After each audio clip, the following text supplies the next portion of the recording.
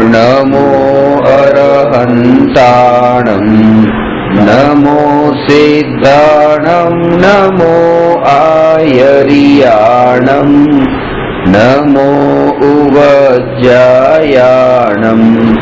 नमो लोये सव्वसाहुणम्।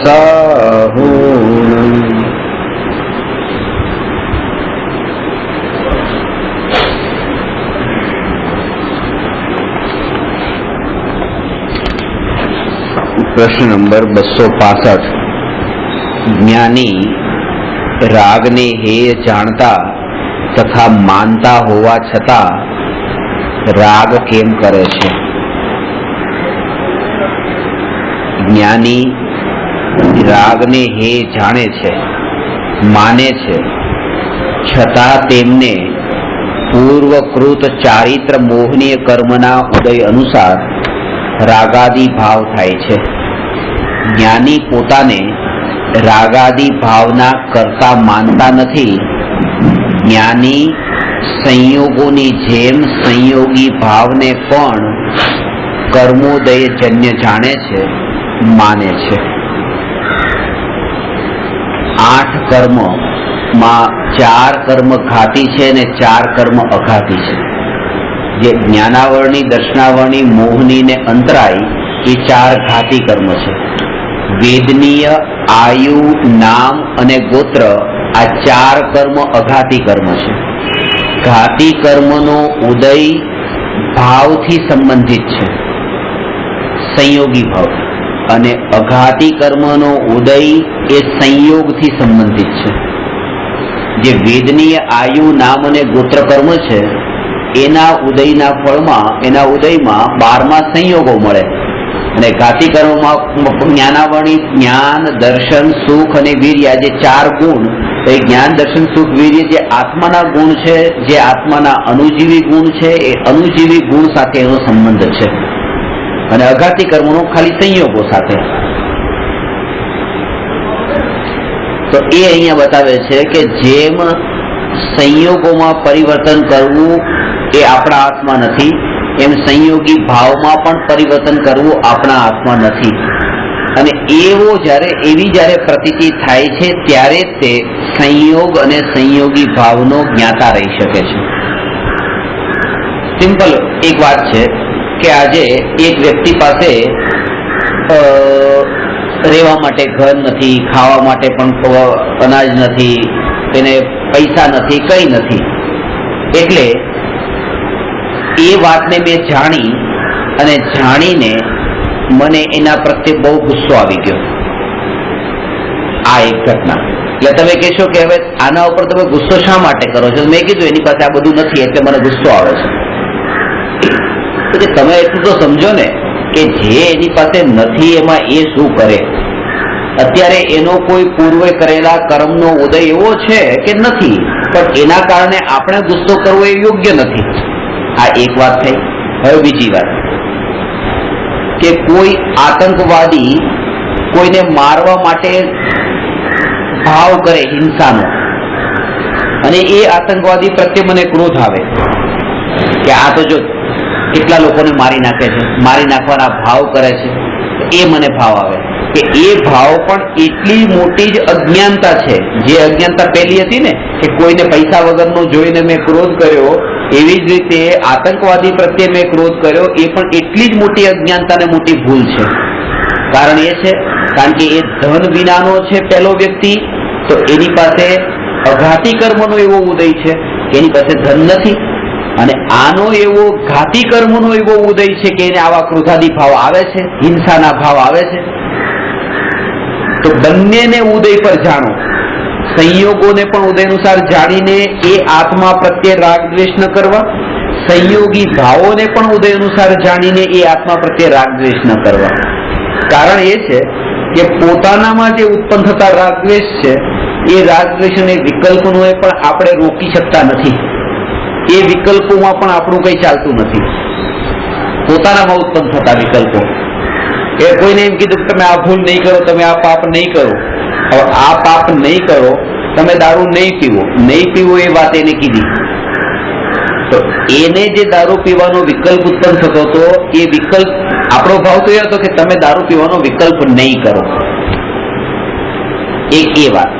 પણ તમે દારૂ પીવાનો વિકલ્પ નહીં કરો, આ જે વિકલ્પ છે એ મારો વિકલ્પ છે. દારૂ પીવાનો વિકલ્પ એ સામાવાળાનો છે, પણ દારૂ નહીં પીવો એવો વિકલ્પ મારો છે. ખરેખર તો મારે આ વિકલ્પને છોડવાનો હતો, એ વિકલ્પને છોડવો મારા હાથમાં નથી, એના વિકલ્પને છોડવો મારા હાથમાં નથી, પણ મને જે બીજાને સુધારવાના ભાવ આવે છે એ વિકલ્પને છોડવો એ મારા હાથમાં, જે પુરુષાર્થ છે. એટલે ત્યારે શું કે જ્યારે હું પોતાનામાં ઉત્પન્ન થતા વિકલ્પો, પોતાના અંદર જે ભાવો ઉત્પન્ન થાય છે એને નથી રોકી શકતો. મેં એને જો 5 વાર કીધું પણ દારૂ બંધ નથી કરતો, પણ 5 વાર કહેવાનો જે વિકલ્પ પૂછ્યો એને પેલા બંધ કેમ નહીં કર્યો? પણ એ પોતાના વિકલ્પ ઉપર જયારે કંટ્રોલ નથી રહેતો તો બીજાના વિકલ્પોમાં ઉપર કંટ્રોલ કરવા જવું એ મોટી અજ્ઞાનતા છે. અને એ જ અહીંયા બતાવે છે કે જ્ઞાનીને જે ભાવ ઉત્પન્ન થાય છે એ પૂર્વે કરેલા કર્મના ઉદય અનુસાર થાય છે. એટલે તમે જયારે જ્ઞાનીને જો અને જ્ઞાનીને એવા ભાવવાળા જો કે જે ભાવથી જ્ઞાનીને દેખતા તમને જ્ઞાની જેવું દેખાય જ નહીં, એમાં પૂરેપૂરું અજ્ઞાની પણ દેખાય. જેમ કે કરવાનું એટલું ઉદય પ્રમાણે ચાલે છે આવું જાણ્યું, બસ આ જ તમે કર્યું. કારણ કે એ જાણ્યા સિવાય બીજું કરી શું શકો તમે?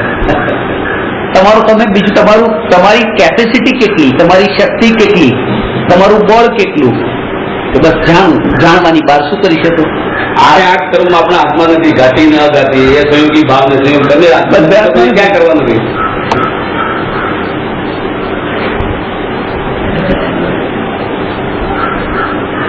બંને સંયોગ હોય કે સંયોગી ભાવ હોય,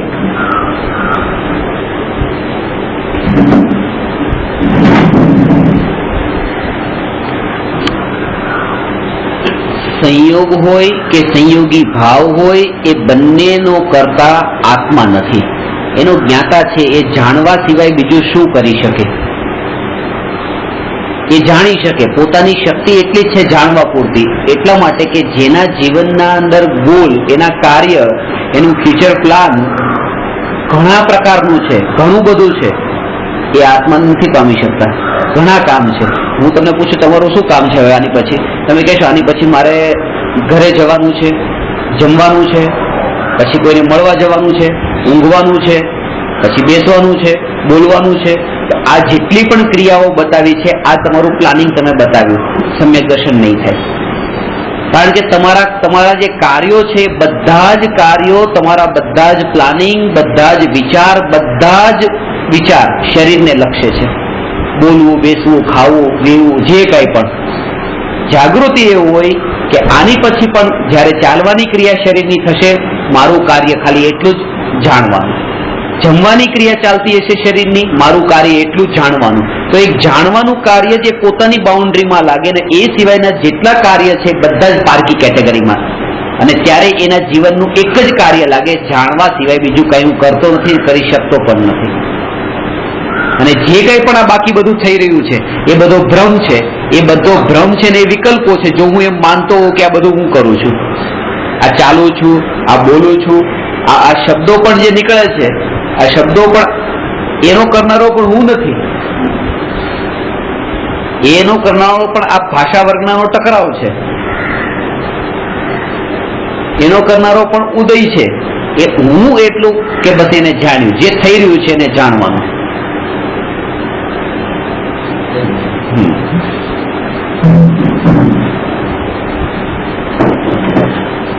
જેમ સૂર્ય અને ચંદ્ર, તારા, નક્ષત્ર, ગ્રહ એ બધા પદાર્થોમાં આપણે અંદરમાં દ્રઢ પ્રતીતિ છે કે હું એમાં શું કરી શકું.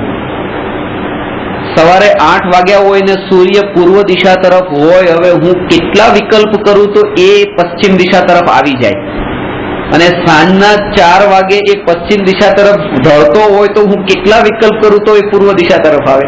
જેમ એમાં આપણે પોતે એ વાતની પ્રતીતિ છે કે એમાં હું અકર્તા છું.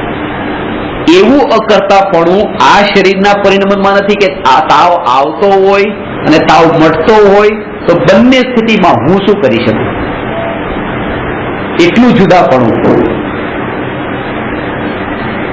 અને એ ભેદ એને નથી લાગતો, જેવો ભેદ જેમ કીધું કે અહીંયા પણ આ કપાય, આ ટેબલ કપાય, આ કપડું કપાય અને આ હાથ કપાય, 3 ઉપર બ્લેડ લાગે તો અહીંયા એટલો ફરક નથી પડતો, અહીંયા વધારે પડે છે, અહીંયા એનાથી વધારે પડે છે. એનું કારણ એ છે કારણ કે એકત્વનો જે ભાવ જ્યાં વધારે છે ત્યાં વધારે દુઃખ થાય છે, જ્યાં એકત્વનો ભાવ ઓછો છે આમાં તો મારું શું છે, આ મારું છે પણ ચલો એ તો નવું આવી જશે, પણ આ નવું નહીં આવે, એટલે આને તો વધારે, એટલે જેટલું વધારે આપણે પરમાનન્ટ માનીએ છીએ પોતાની સાથે એનામાં એટલો જ વધારે પ્રેમ થઈ જાય છે, એટલી વધારે આસક્તિનો ભાવ થાય છે. અને એ અત્યારે ખબર નથી પડતી. અત્યારે તમે આત્માની વાત સાંભળો, હું જયારે તમને કહું કે સુમેરુ પર્વતના પરમાણુ સાથે તમારો કોઈ સંબંધ નથી, તો આ શરીર સાથે પણ કોઈ સંબંધ નથી. આ શરીર પણ તમને સુમેરુ પર્વતની બાજુમાં ઉભેલું દેખાવું જોઈએ અને આત્મા અહીંયા બેઠેલો દેખાવો જોઈએ. એટલું પારકું, એટલું જુદું આ દેખાય. અને આવું જો તમને અંદરમાં દેખાય તો તમને બીજામાં પણ બધે એકલા ભગવાન જ દેખાય, બીજું કંઈ ન દેખાય. અહીંયા કેટલા બાળક છે, કેટલા યુવાન છે, કેટલા વૃદ્ધ છે, કેટલા સ્ત્રી છે, કેટલા પુરુષ છે, એ કંઈ ન દેખાય. અહીંયા આટલા ભગવાન બિરાજમાન છે. ક્યારે આ દેખાય? જ્યારે પોતે પોતાનો દેહ રૂપે, શરીર રૂપે અનુભવ ન કરતો હોય અને આત્મા રૂપે અનુભવ કરે ત્યારે. કે પોતાની દ્રષ્ટિ એવી થઈ ગઈ, એટલા માટે આખું જગત હવે એને એવા રૂપે જણાય. હા, સાંભળતી વખતે એમ લાગે કે અત્યારે જો હું તમને કહું ત્યારે એમ લાગશે કે આ આત્મા અને શરીરનું જુદાપણું લાગે છે.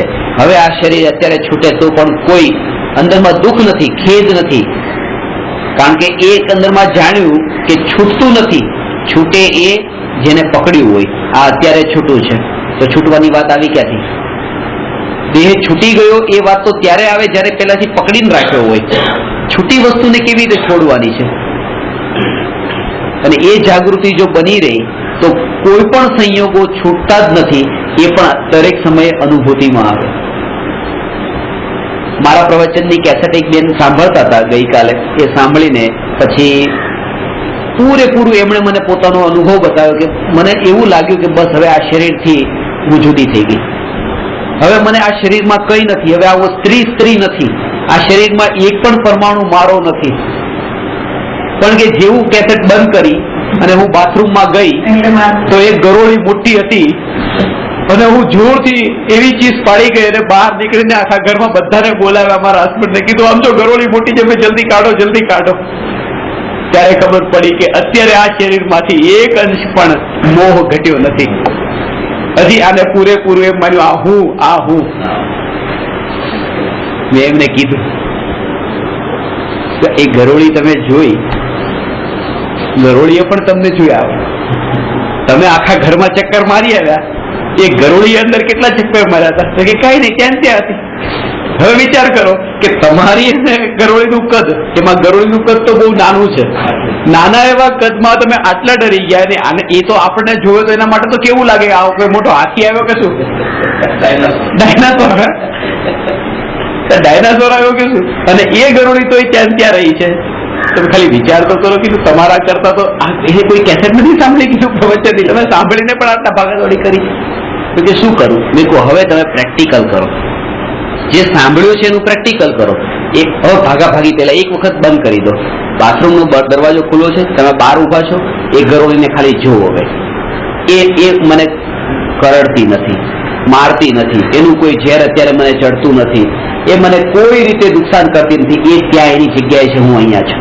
ખાલી પહેલી શરૂઆતમાં તમને ડર પણ લાગશે, એમ ડર લાગશે, કારણ કે આપણે એનો રંગ જોવામાં, એનો સ્પર્શ પણ જે થાય ને, સ્પર્શમાં પણ એ નહીં, ગરોળીનો નહીં, એ બધાથી એટલા બધા આપણે દૂર ભાગવા માંગીએ છીએ. અને એનું કારણ એક જ છે, આની પૂરેપૂરી આસક્તિ છે. આસક્તિ જો આની ન હોય ત્યાં ફરક નથી પડતો. કીધું તમે ત્યાં ઉભા રહ્યો, ખાલી જોવે ને આ શું બગાડશે. તમને થોડા નજીક રહેશો ને, તમને ભય થોડો ટળતો જશે. પછી તમને એવું કઈ નવીનતા નહીં લાગે. ઠીક છે તો છે. જેમ અત્યારે આપણે માખી ને મચ્છર હોય છે, એમાંનો કીડી હોય છે, કીડીમાં એમ નથી લાગતું, ઠીક છે એ ત્યાં છે, મારું શું બગાડવાનું છે. એ ત્યાં છે એવી પ્રતીતિ છે, આગમાં કીડી ત્યાં છે, મારું શું બગાડવાની, હું તો દૂર છું. પણ ગરોળી ત્યાં છે, પછી નજીક આવી શકે છે. આ કીડી આવશે ત્યાં સુધીમાં ભાગી જશું, પણ ગરોળી વખતે નથી થતું. અને એનો તો સ્પર્શ જ એવો લાગે છે. તમે ઉભા રહો કીધું, પછી કે ઠીક, પછી દરવાજા ઉપર આવી જાઓ. હવે બાથરૂમના દરવાજા ઉપર આવી જાય ને હવે અંદર જો. હવે કીધું બાથરૂમની અંદર જતા રહો, સત્યના પ્રયોગ કરો. એકલા ગાંધીજી કરે એમ શું કામ આપણે કરું? જતા રહો. હવે ખાલી ઉભા રહો કે આ બાથરૂમ છે, આ ગરોળી છે. ખાલી શરૂઆતમાં દૂરથી જયારે તમે દૂર પણ ઉભા છો તો ડર લાગશે, પણ જેમ જેમ પછી તમે વિચાર કરશો, ચિંતન એ વખતે ચાલુ રાખશો, તમારો ડર થોડોક ઓછો થતો જશે અને એનાથી સંસ્કાર એક નવો પડશે. પછી અંદર જતા રહો. હવે ઉભા રહો, કોઈ નહીં, તમે એકલા ઉભા રહો તો વિચાર કરો, આ મારું અત્યારે હું આત્મા છું, શરીરથી જુદો છું, અને આ મારું, હું આત્મા છું તો મારું કોઈ બગાડી શકતું નથી, એનો વિચાર હવે ત્યાં કરો. કે પછી મેં હવે અંદરથી સ્ટોપર મારી દઉં કે ના, પછી કે મારી ડેડ બોડી બહાર કોણ કાઢશે કે ભાઈ જાય શકે. મેં કહ્યું હમણાં તો કહો છો હું આત્મા છું, હું આત્મા છું. હવે કેવું આટલે સુધી તમે કહો છો કે અંદરથી સ્ટોપર મારી દો. ડેડ બોડી બહાર કાઢવાનું ક્યાં? કાઢવું એને કાઢશે આપણે. પણ આના ઉપરથી જે જવાબ મળે, જો તમને મર્યા પછી પણ તમારી ડેડ બોડીને કોણ બહાર કાઢશે એ વિચાર, આ કેટલી આસક્તિ છે. અને અત્યારે સાંભળતી વખતે એમ લાગે છે કે આ દેહ તો મારો છે જ નહીં. એટલે બે વાત અલગ છે. એક, આ શરીર મારું નથી એ સાંભળવું, અને આ શરીર મારું નથી એવું અનુભવવું.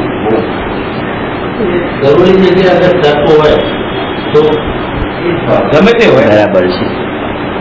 તમે જો ગાંધીજી હોત અને હું શ્રીમદ રાજચંદ્રજી હોત તો આ જ જવાબ આપે. કારણ કે શ્રીમદ રાજચંદ્રજીએ આ જ જવાબ આપ્યો હતો ગાંધીજીને, જયારે ગાંધીજીએ શ્રીમદ રાજચંદ્રજીને 27 પ્રશ્ન પૂછ્યા હતા. એ 27 પ્રશ્નમાંનો આ એક પ્રશ્ન હતો. આપણે લ્યો તો કે જો સાપ કરડવા આવે તો શું કરવું.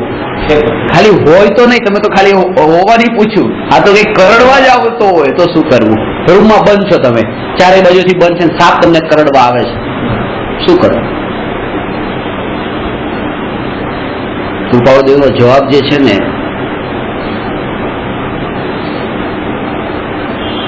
એટલો સંભાવથી અને કોઈ પણ પ્રકારના પક્ષપાત વિના, કોણ મરે છે, સાપ મરે છે કે માણસ મરે છે એ નહીં. શું જવાબ હતો? શબ્દ એના એને ભાવ એ છે કે જેને દેહને વિશે અધિક પ્રીતિ હોય એવા સાપને, કારણ કે એને તો શાસ્ત્ર વાંચ્યા નથી એટલે એને તો દેહનો પૂરેપૂરો પ્રેમ છે. તમે તો આટલા વાંચ્યા ને એટલે તમને તો થોડો પ્રેમ ઓછો થયો ને શરીરનો, કે આ શરીરનો મોહ ઓછો થયો.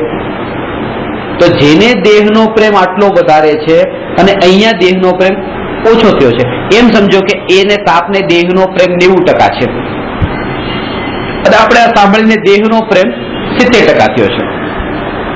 હવે જો સાપ મરશે તો 90% દુઃખ થશે, કારણ કે જેટલો મોહ વધારે એટલું દુઃખ, અને આ માણસ મરશે તો 70% દુઃખ થશે. કૃપાઓ દે કે કોણ મરે છે મેં નથી જોતા, જેટલું ઓછા પર્સન્ટેજમાં દુઃખ થાય એ મરવાનું પસંદ કરી દે. જેને મોહ ઓછો થયો હોય એમાં, કારણ કે એને દુઃખ ઓછું થશે. અને જેને મોહ ઓછો થયો હોય એવો જીવ જેને વધારે મોહ હોય એવાને કેમ મારી શકે? કારણ કે પોતે એટલો દુઃખી થવા, 70% દુઃખી થવા નથી માંગતો, પણ બીજાને 90% દુઃખી કેવી રીતે કરી શકે? છેલ્લે કે છે અમારા જેવા જીવો થકી તો સાપને મારવાનો ઉપદેશ કેવી રીતે નીકળે?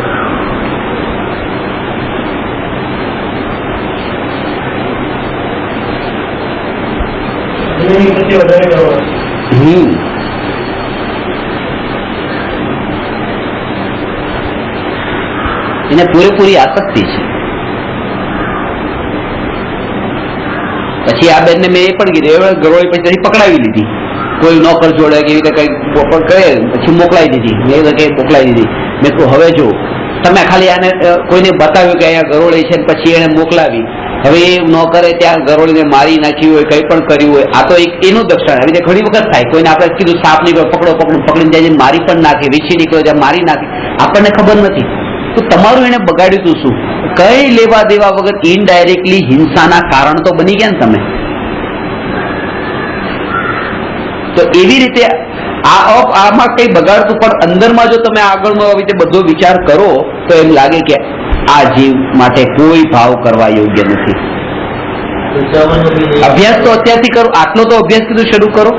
હજી વાઘ અને સિંહ સામેથી આવતા હોય ને એની અસર નહીં થાય તો પછી દેશમાં તો બહુ ગરોળી હોય, મારા પાત્ર મધર જતી રહેશે, શું ચિંતા કરે છે? કરવાનું જતી જ રહે, તરત દેવી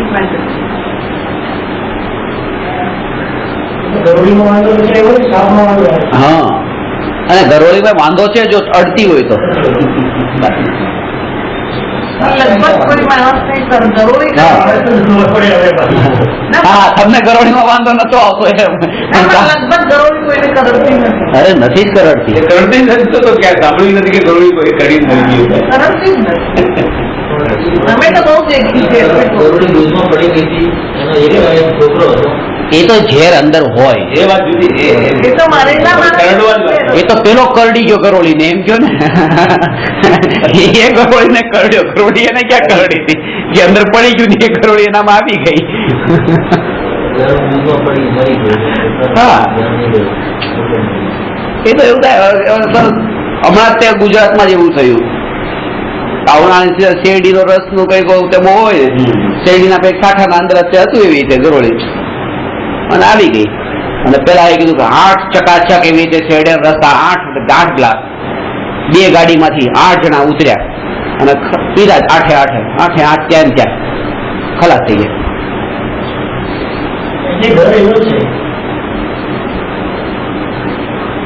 ત્યાં જતા હતા પાલતાણા.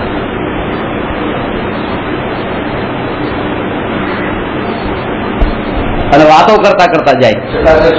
ચકાચક રસ તો ઠીક, શેરડીનો રસ જ પીવો જોઈએ, મોસંબીનો નહીં, કેરીનો નહીં. શ્રેયાસ રાજાએ પણ મુનિરાજ આદિનાથને શેરડીના રસનું આહાર રાખ્યું હતું. હા, હમણાં ગયા અઠવાડિયામાં શેરડીના રસનું આહાર, શેરડીના રસનું આહાર રાખ્યું હતું. હા, એ જતા હતા એવી રીતે. છાપો માર્યો 8 જણા રહ્યા ને ત્યાં. હવે આ ઉદય જો આમાં આત્મા કરતા, એટલે અત્યારે એટલી આ ઘટના ઉપરથી શ્રદ્ધા જ દ્રઢ થાય કે અહીંયા જે થઈ રહ્યું છે આમાં હું ક્યાંય નથી. પોતે જુદા પડી જાવ એટલે ભાવો જ્યાં જઈ રહ્યા છે કે આમાં મારું કંઈ કરવાપણું છે, હું મારું કંઈ કરવાપણું નથી.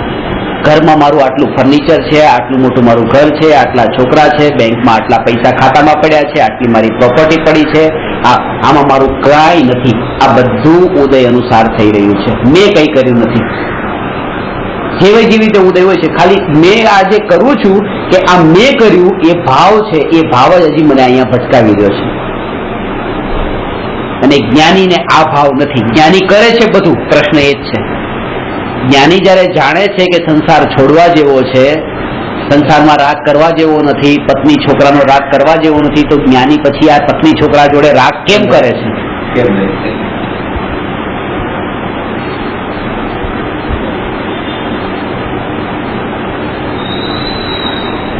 એક છે એમાં સુખ બુદ્ધિ અને એક છે કરવું પડે છે.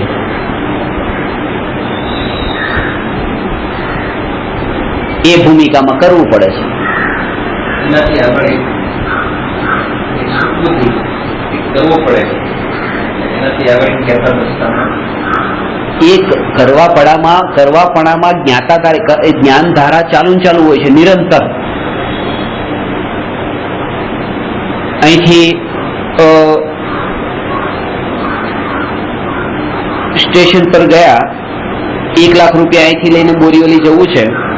હવે ત્યાં ટિકિટની લાઈનમાં ઊભા છીએ, 1 લાખ રૂપિયા લઈને જવું છે, ત્યાં વાપરવા છે, એમાં સુખ બુદ્ધિ છે, પણ આ ટિકિટ લેવામાં સુખ બુદ્ધિ નથી. આ મજબૂરી છે, કરવું પડે, શું કરીએ?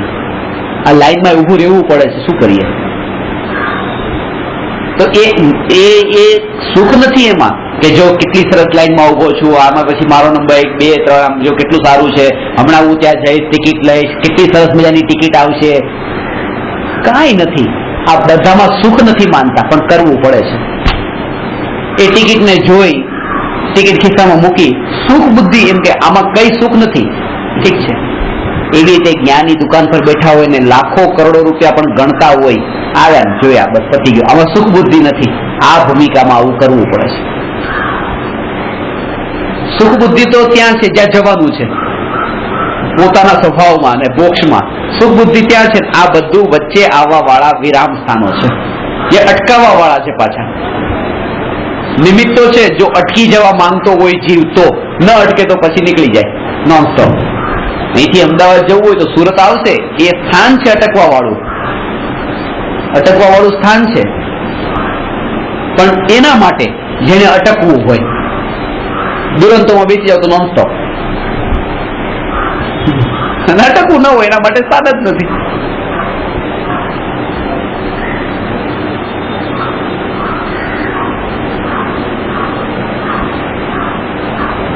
આ ભૂમિકામાં આવા રાગ ભાવ આવે. એનું બીજું કારણ એ પણ છે, જે મેં તમને ગઈકાલે બતાવ્યું ને, કે પરિવારજનો સાથે એટલા પ્રેમથી રહે જ્ઞાની, બહુ પ્રેમથી રહે. કેમ કે ખબર છે કે મારી અત્યારે દશા એવી તો આવી નથી કે હું દીક્ષા લઈ લઉં અત્યારે. એટલે એક વાત તો પાકી છે કે મારે આ લોકોની જોડે જ રહેવાનું છે.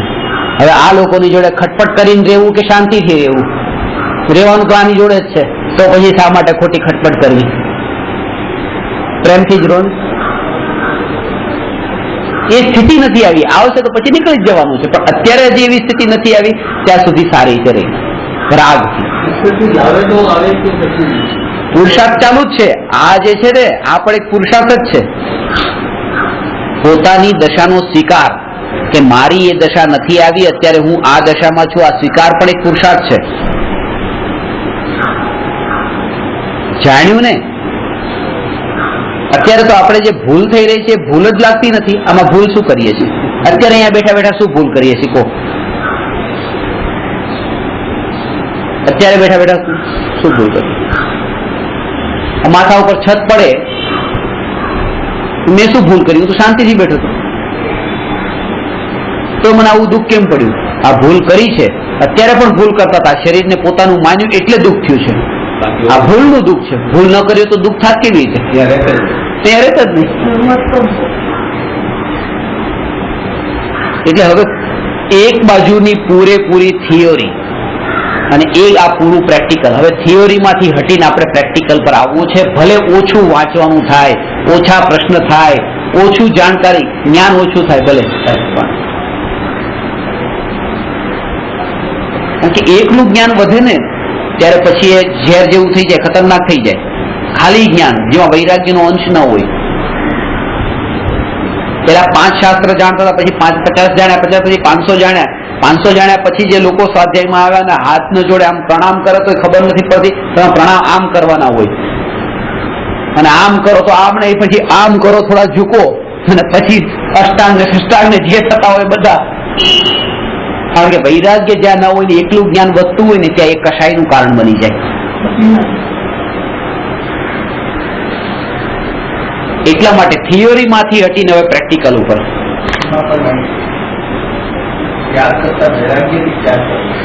હા,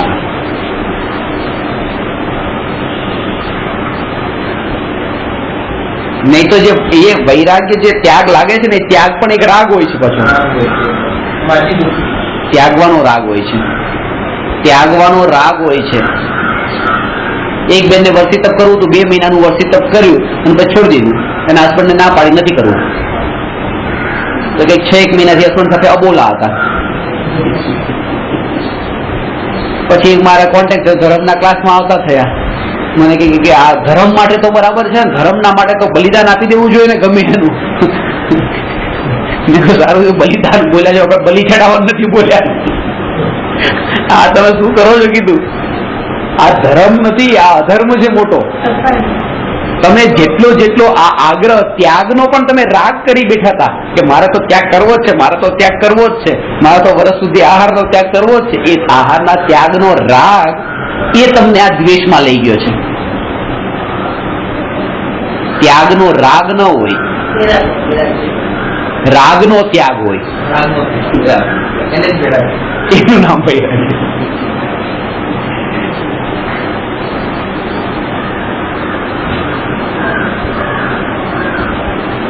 એ સહજ થાય છે. એ રાગનો ત્યાગ થયો તો એવું નથી કે હવે પછી એવી રીતે વર્તિત નહીં થાય, થતું રહે. રાગનો ત્યાગ થયો નથી અને નવા પીવાનો રાગ હતો એને ત્યાગ કર્યો. ખાવા પીવાનો રાગ હતો એ નથી, ખાવા પીવાનો રાગ કરતા પણ નથી ખાવું એ રાગ વધારે હતો.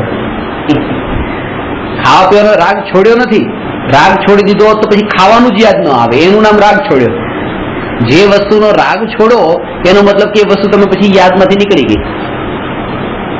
સવારના ઉઠતા પાલનો બીજા દિવસે થાય એટલે રાગ તો એ જ રાગ, એ જ તમે રાગમાં પકડાઈ ગયું. મેં તમને કીધું પરમ દિવસે મારી ટ્રેન છૂટી ગઈ ને, હવે એ ટ્રેન છૂટી નથી ગઈ, એ ટ્રેન પકડાઈ ગઈ હતી. એ ટ્રેન પરમ દિવસે મારી ટ્રેન છૂટી ગઈ હતી, એ ટ્રેન કાલે આખો દિવસ મને ટ્રેનના વિચાર આવ્યા કે મારી પરમ દિવસે ટ્રેન છૂટી ગઈ, ગઈકાલે ટ્રેન છૂટી ગઈ એમ. અત્યાર સુધી આટલી વખત મુંબઈ આવ્યો છું ને એ બધી ટ્રેન ખરેખર છૂટી ગઈ હતી, આ ટ્રેન પકડાઈ ગઈ. કારણ કે જે પકડાઈ ગઈ હતી એ તો પછી યાદ જ નથી આવતી, એ તો છૂટી ગઈ, અને જે છૂટી ગઈ છે એ જ પકડાઈ ગઈ.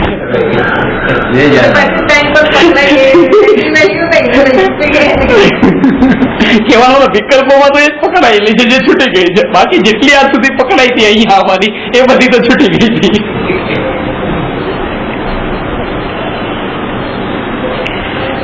એટલે બહારની જે ક્રિયા છે ને એ ક્રિયા નથી, અંદરમાં જે છે એ જ ક્રિયા છે ખરી. અંદરની ક્રિયાનું નામ વૈરાગ્ય છે, બહારમાં ત્યાગ છે.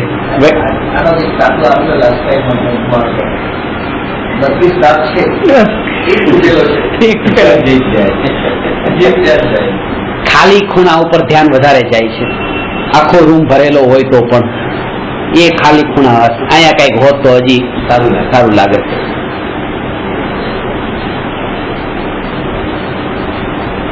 વૃત્તિ, કારણ કે એ છે કે આટલું તો છે જ તે, હવે આ નથી છે એ તો છે જ તે, હવે એમાં તો કોઈ વિકલ્પ નથી, એમાં તો કઈ એવું કરવાનું નથી. અને મોટા ભાગે એવું હોય છે કે જે વસ્તુ આપણને મળે પછી એના વિચારો પણ આવતા નથી. મળી ગઈ ને, કારણ કે પ્રતીતિમાં એવું થઈ જાય છે કે આ મારી, અને એની સાથેનું આપણું વર્તન પણ પછી એવું જ થઈ જાય છે. કારણ કે નજીક પણ છે એટલે પછી જે રાગ જે છે ને એ રાગ પછી એવો નથી રહેતો. એટલા માટે પત્ની સાથે નવા લગ્ન ત્યારે રાગ વધારે, પછી રાગ ઘટી ગયો. હવે જો પ્રેમ જગાડવો હોય તો પત્નીને 15 દિવસ પિયર મોકલવી પડે, થોડું ડિસ્ટન્સ પાછું થાય તો પછી પાછો પ્રેમ ઉભો થાય. બાકી જો નજીક આવી ગયો પતી ગયો. હવે આ વસ્તુ તો ભગવાનમાં પણ થાય. આપણે ભગવાનના દર્શન કરીએ ને, દર્શનની પહેલા તો આટલી એકદમ તીવ્રતા હોય, દર્શન થયાથી મુક્ત થઈ ગઈ.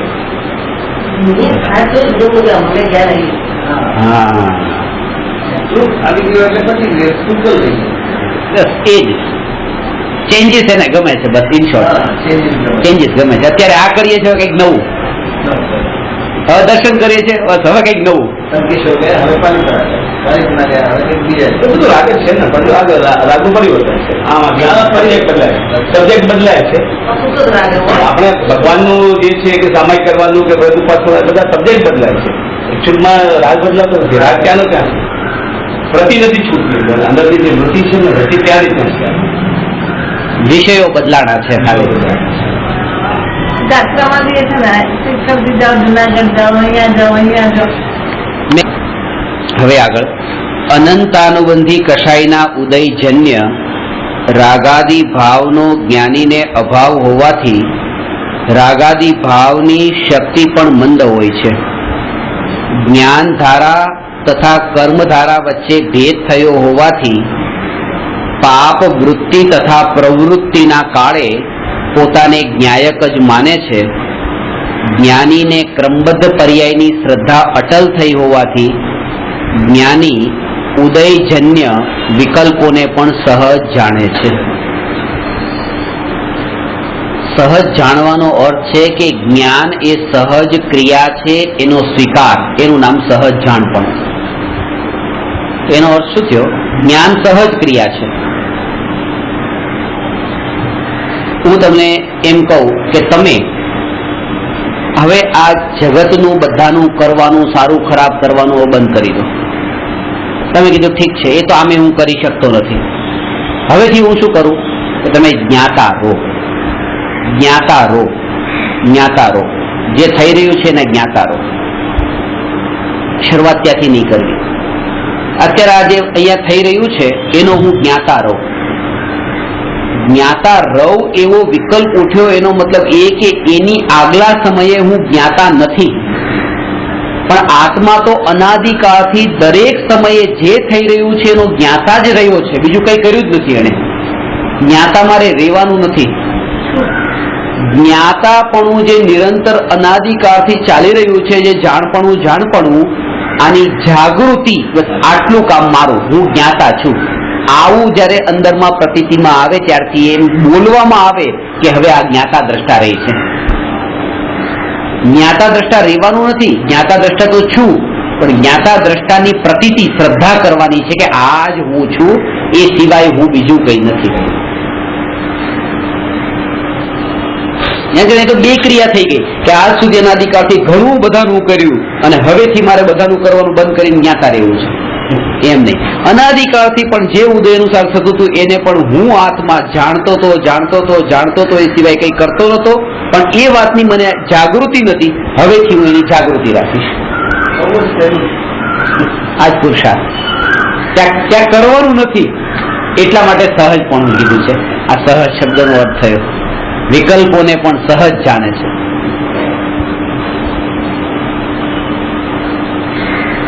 જેમ ઘણો પૈસો કમાઈને દુકાન પર બેઠેલો વેપારી હોય અને કોઈ ગ્રાહક આવે, કોઈ વસ્તુને લે કે ન લે, ઓછી લે વધારે લે, આવે ને જાય, એને કઈ બહુ ફરક નથી પડતો, બેઠો છે બસ શેઠ તો. કારણ કે અંદરમાં ભરોસો છે કે ખજાનો ભેગો કરેલો છે, હવે આવે ને જાય, ફરક નથી પડતો. એમ કે જેને પોતાના અંદરનો આત્માનો જે ખજાનો છે ને, જ્ઞાનીને એક તો એની પૂરી શ્રદ્ધા હોય છે અને એ ખજાનાની સાથે રાખીને અંદરમાં પ્રતીતિમાં રાખીને હવે જે કંઈ પણ અહીંયા ઉદય અનુસાર વિકલ્પો આવે છે ને જાય છે, જ્ઞાની એને ચૂપચાપ જોવે છે, કારણ કે એ આવે ને જાય, ભલે ને જાય, મારો ખજાનો સિક્યોર છે. અને એ પોતાના અનંત ગુણ, અનંત શક્તિના બળ પર ઉદય અનુસારે આવતા વિકલ્પોને પણ એ પળભર માટે જાણે છે, એટલા માટે એમાં જોડાતા નથી, એને પકડતા નથી. જયારે જાણ્યું કે એ ક્ષણભર માટે છે, પછી પકડાવ એનો છૂટી જાય છે.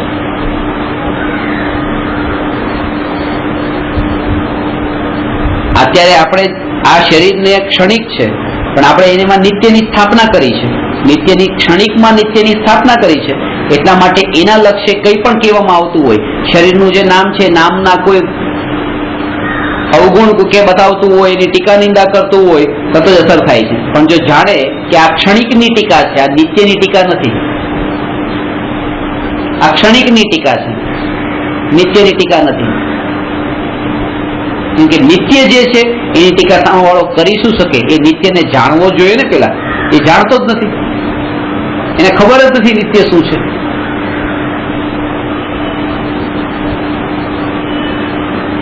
એટલે કોઈ તમને ગમે તેમ કે આજે તમે કેવા લાગો છો, સાવ આમ સવારે ઉઠીને હાલી નીકળ્યા છો, ચહેરો પણ જો તમારો કેવો છે, જ્ઞાનીને જાગૃતિ કે આ મને કહેતા જ નથી. કારણ કે આ હું ક્યાં છું, શરીર હું ક્યાં છું? શરીર જ જયારે હું નથી તો આ મને કીધું જ નથી, આ કોઈ બીજાને કહે છે, અસર જ થતી નથી. અને આનો અભ્યાસ તો કરવો પડે, નહીં તો એના વગર સમ્યક દર્શન સુધી પણ પહોંચે. સવારે ઉઠીને કોઈને મળવા ડાયરેક્ટ જવું નથી, સવારે ઉઠીને તો પેલા બાથરૂમમાં જવું છે. બાથરૂમમાં ગયા પેલા એકવાર દર્પણમાં ચહેરો જોયો, આમ પથારીમાંથી ચહેરો દેખ્યો, એ શું કામ દેખ્યો? આ વૃત્તિ એ દેખાડ્યો, અંદર આ શરીરની વૃત્તિ છે ને, આ હું છું, કેવો લાગુ છું ઉઠીને તરત જ. આ જે વૃત્તિ ઉઠે ત્યારે વિચાર કરું, પેલા પરિણતિ ચેક કરું, હું કેટલો કષાય વાળો છું, કેટલા રાગ દ્વેષ મારામાં પડ્યા છે, અને હું પરમાત્મા સ્વરૂપ છું અને મને આ શોભતા નથી, એનો વિચાર શરૂઆતમાં ઉઠતા જ એ વિચાર કરે. ત્યાં શરીર ઉપરની દ્રષ્ટિ છૂટી ગઈ, ત્યાં સંસ્કાર પણ હવે આવો જ દ્રઢ થશે. ખાલી એ વિચારથી આપણો પ્રેઝન્ટ સિક્યોર નથી થતો, ફ્યુચર પણ સિક્યોર થાય છે, કારણ કે સંસ્કાર દ્રઢ થાય છે. અત્યારે જે વિચાર તમને કહું કે તમે જો 2 કલાક માટે તમે આત્માનો વિચાર કરો, તમે 2 કલાક આત્માનો વિચાર કર્યો, તમે કીધું હાય આજે તો એટલો આનંદ થયો, મારા 2 કલાક બગડ્યા નહીં. એ 2 કલાક નહીં, તમારા અનંત કાળ તમારો બગડવાનો નથી આના બળ પર. કારણ કે આના 2 કલાકના વિચારમાં તમે એવા સંસ્કાર, એવું બીજ રોપ્યું છે કે હવે તમારા ભવિષ્યના વિચારો પણ એને અનુલક્ષીને આવવાના છે. વધતું જવાનું છે ચક્રવર્તી વ્યાજની જેમ. જો પાપના હશે તોય વધશે ને ધર્મના હશે તોય વધશે. જેમાં આવશે ત્યારે 8 દિન આવશે દિના. હા, 8 દિન આવશે. 2 કલાકના અને આનંદ વધી લાવશે. ગુણા મલ્ટીપલ. એને અનંતકાળનું મંદિર કસાય કે અનંત થઈને આવશે એ કસાય. હા બસ. હા, કશાય હશે તો અનંત થઈને આવશે ને વૈરાગ્ય અને તત્વચિંતન હશે તો એ પણ એવી રીતે ફળ છે. અનંત નહીં આવે. એ અનંત થઈને આવશે. તમારો રાગ કેટલો તીવ્ર છે, થોડો પુણ્ય તમારા ભાવ જે સારું હોય તીવ્રતાના હિસાબે ફળ છે.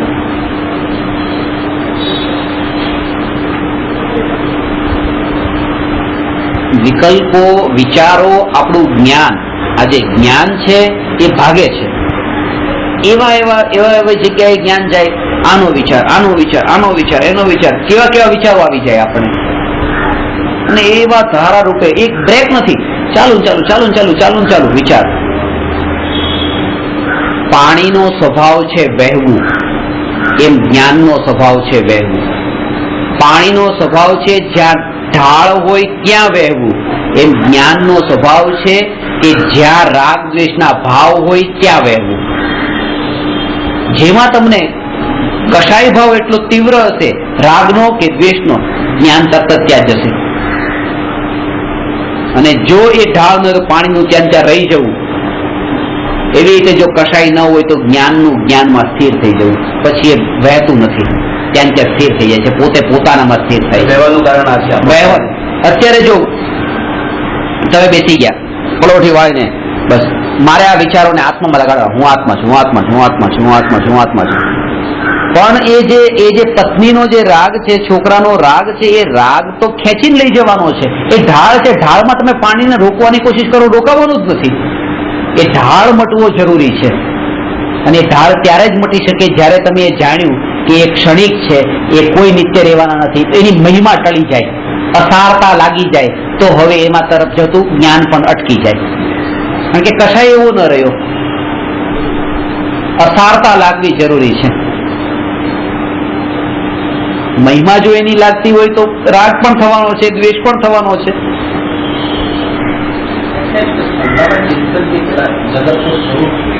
અને એટલા માટે મુનિરાજોએ ચિંતન કરવાનું કીધું. 12 ભાવનામાં ચિંતનની વાત કરી.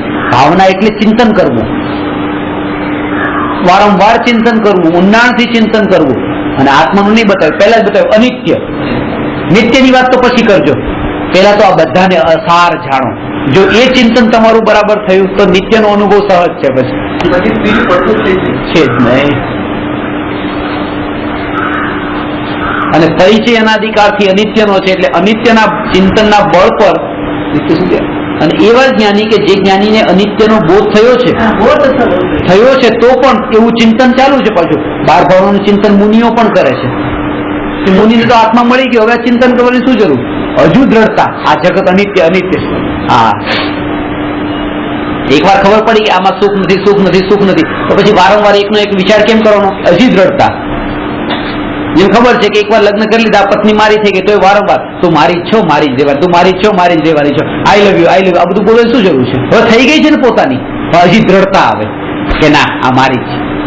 એમ રીતે જ્ઞાની કહે છે કે આ કઈ મારું નથી, કઈ મારું નથી, કઈ મારું નથી. ખબર છે મારું નથી, અનુભવ થઈ ગયો છે, તોય તે હજી દ્રઢતા લાવવા, કઈ મારું નથી, જગતમાં કઈ મારું નથી.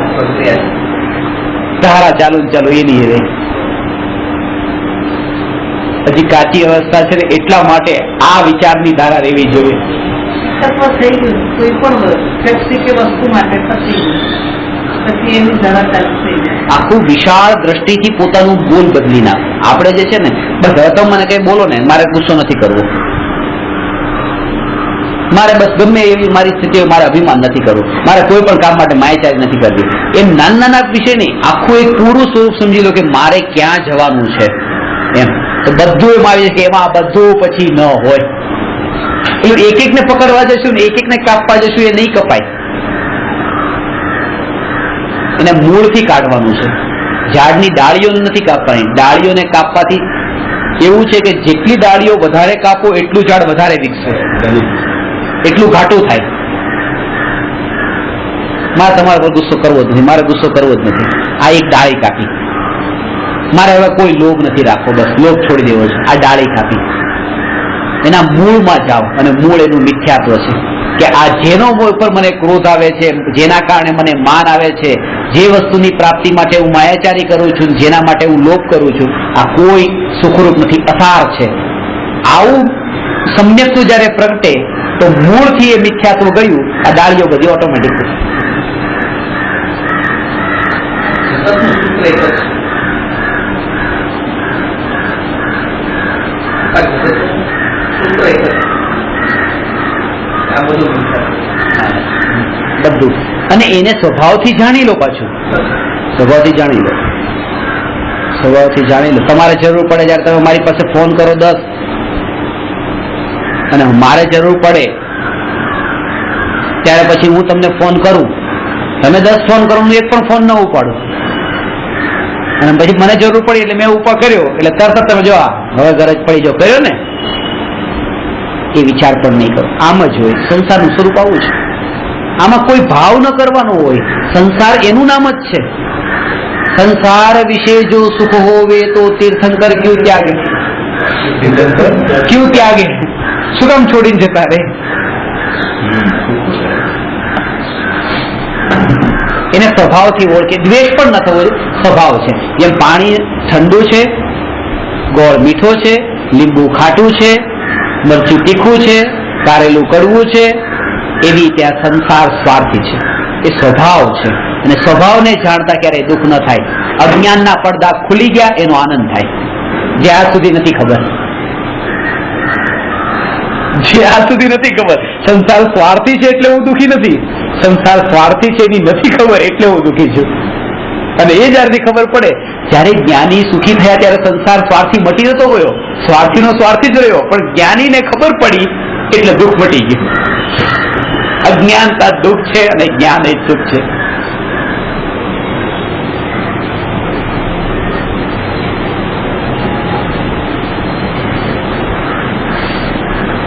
ટેક્સીમાં જવું છે, હવે અહીંથી બાજુમાં જ જવું છે, બધા ટેક્સી વાળા ના પાડે છે.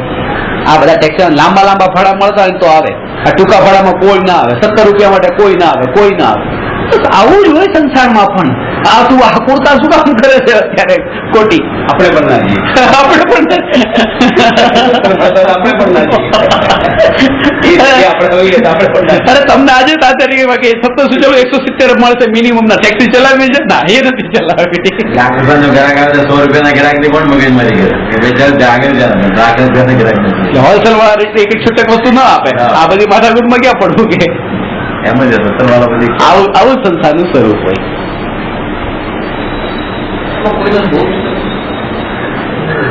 અજ્ઞાનતા, એ એની અજ્ઞાનતાથી એક જવાબ આપે છે કે ના, કારણ કે એને અજ્ઞાનતા છે, સુખ આમાં જ હોય. અને અત્યારે જે હું દુઃખી થઈ રહ્યો છું એ મારી અજ્ઞાનતાથી, કે મને આ ખબર નથી સંસાર આવો હોય.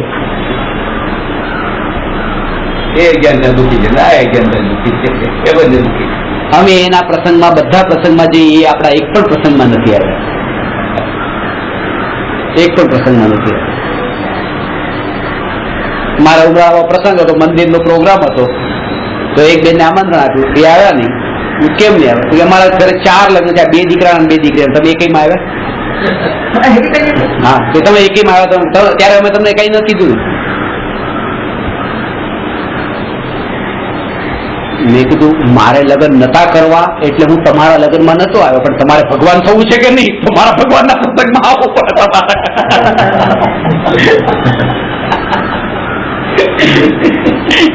તમે આટલા વર્ષોથી ભણો છો તો પછી, અને મારો તો લગ્નમાં નહીં જવાનો નિયમ જ છે. કીધું હું મારા સગા ભાઈના લગ્નમાં નથી ગયો, પણ તમારે કોઈ ભગવાનના પ્રસંગ એટેન્ડ નહીં કરવાનો નિયમ તો નથી ને કીધું. ક્યારું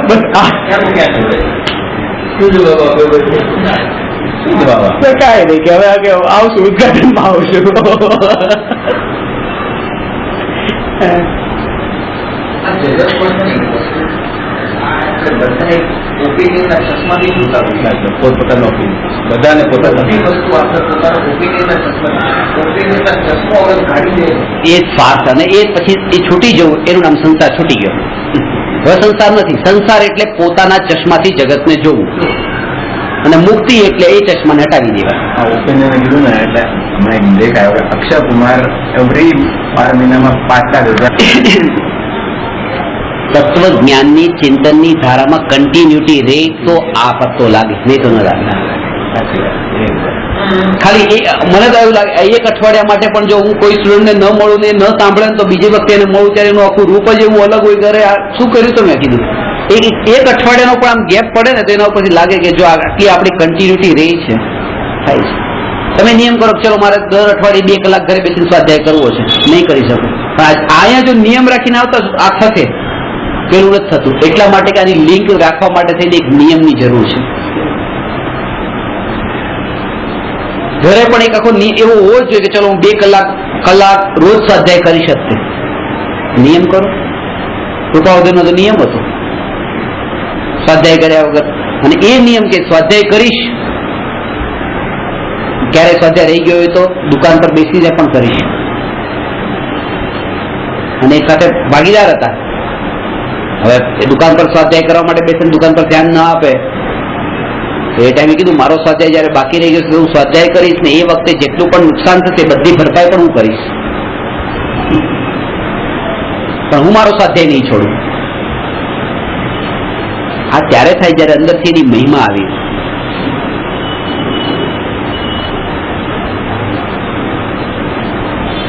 એટલે પેલું ઘોડા ગાડી વાળું આવે છે ને હાથમાં હીરા, પડી જશે. એ વખતે સ્વાધ્યાય જ કરવાનો હતો. અહીંથી બેઠા છે ઘોડા ગાડીમાં અને ત્યાં ઉતરવાનું છે, ઉતરીને તો સ્વાધ્યાયનો ટાઈમ થાય છે. સ્વાધ્યાયનો ટાઈમ થાય છે, સ્વાધ્યાય તો બાકી છે. નહીં તો ત્યાં ઉતરીને પણ બતાવી શકતા હતા. વેપારી બીજા વેપારીને હીરા બતાવવા હતા તો ઘોડા ગાડી ચાલુ હતી કે હીરા જોઈ લો, તો વેપારી કે પડી જશે હીરા, અને પડશે તો અડધો ભાવ અડધા પૈસા મારે ચૂકવવા પડશે, કારણ કે બે ડીલ કરતા હતા, બે ઇન્વોલ્વ હતા.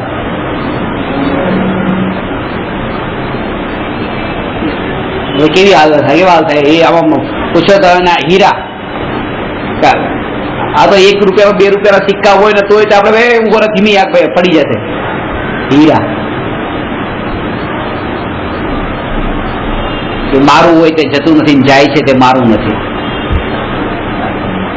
આ શબ્દ ત્યારે જોઈ લે, તારે ભરપાઈ કરવાની જરૂર નથી 50%. મારું હોય તે જાય નહીં, જાય તે મારું નહીં. સત્ય વાક્ય સત્ય છે અને હકીકત છે પાછું. સત્યનો પ્રયોગ, આ સત્યનો પ્રયોગ. નિયમ બતાવે. એક પ્રતિથી તો દ્રઢ રાખો.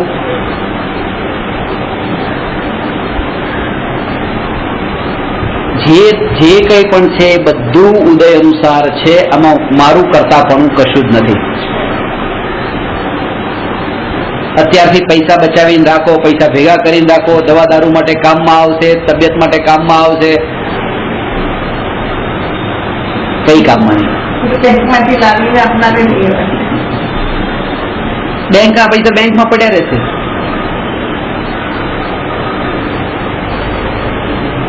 અને અત્યારે તમને એમ લાગતું હોય કે અમને એવું કઈ નથી, મોહ નથી રહ્યો, ઠીક છે પૈસા પડ્યા છે બેંકમાં પડ્યા છે, છૂટી જાય તો છૂટી જાય, ઠીક છે.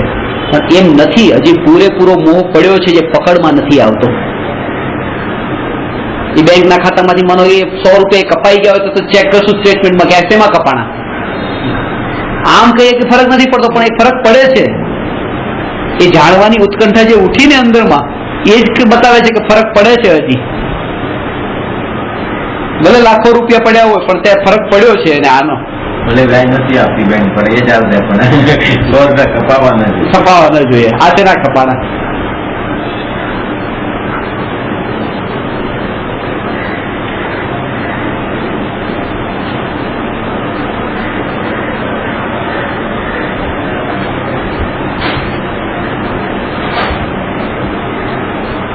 એ પણ અજ્ઞાનતા છે. જે ભાવ પડ્યો છે એ ભાવ દેખાતો નથી.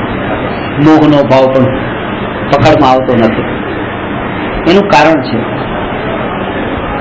એ જ્ઞાનની ઉપર પણ આ મોહનું જ આવરણ છે. એજી જો એનો મોહ ઘટે એટલે મંદમોહી જીવને તે મોહનું સ્વરૂપ ખબર પડે છે. તીવ્ર મોહ વાળાને તો મોહ કોને કહેવાય એ પણ ખબર ન પડે. એટલે કીધું કે વિશુદ્ધિ લબ્ધિ વાળાને દેશના મળે છે, તીવ્ર કષાય વાળાને દેશના નથી મળતી. બીજી લબ્ધિ એ પહોંચે એ ત્રીજે પહોંચે છે.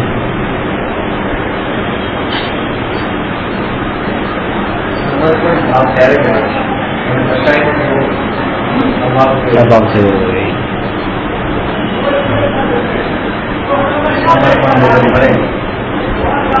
જે વિકલ્પો આવ્યા એ વિકલ્પોને જાણો સહજ.